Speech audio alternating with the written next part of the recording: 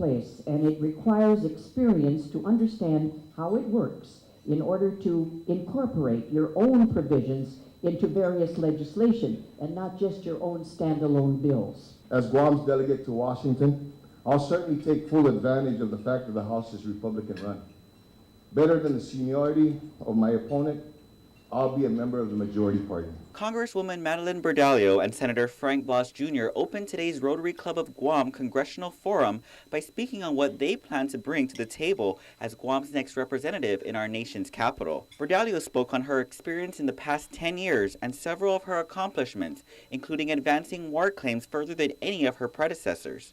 Blas, meanwhile, noted that many critical issues remain outstanding since Bordallo has been in office, saying people are looking for a change. The forum started with each candidate's stance on Obamacare, whether it should be amended or repealed, and what effects it had on Guam.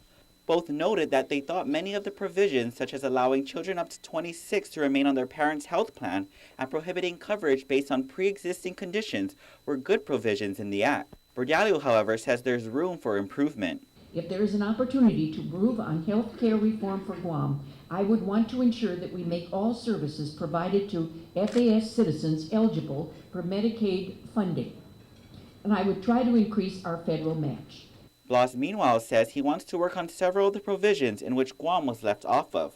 Besides that, the health care does nothing to address the rising cost of health care on our island.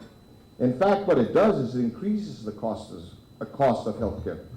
It raises taxes on consumers and businesses. Did you know that this Health Care Act will impose 21 new taxes on all of us? Meanwhile, candidates stated their position on Guam's existing tax code, which mirrors the IRC, which Blas says means that we're subject to any changes that Congress makes. I do not believe remaining under the current system is the most beneficial to our island. First off, it leaves us to the mercy of Congress, who makes a decision based on U.S. economic conditions, which is not necessarily meeting our economic realities. Bordallo, meanwhile, says Guam's tax code has placed certain challenges on Gov Guam. He further discussed trying to meet a middle ground and dwelled on sequestration and its impact on Guam. If sequestration is allowed to occur, it could send our economy back into a recession. Many have urged that we just stop sequestration from occurring, but that is not fiscally responsible and still leaves the issue of how we deal with the deficit. As for the buildup, both were adamant that they have and always been in support of the buildup, but hopes Guam's concerns are addressed better. And while their answers were obvious, both candidates were asked who they supported in the upcoming presidential election. Bordallo says President Barack Obama has committed to refocus on the Asia-Pacific region, and his appointment of Tony Babalta as the highest-ranking Chamorro in the U.S. federal government ensures Guam's agenda is heard. President Obama has done a lot for Guam. Most notably, when I flew on Air Force One with him, he broke the news that Russian citizens could travel to Guam on a visa-free basis. Blas, meanwhile, says Obama's policies have hurt Guam's economy. Guam will do better under a pro-growth president, which I believe Romney is. And I just like for all to remember with regards to the support versus vote.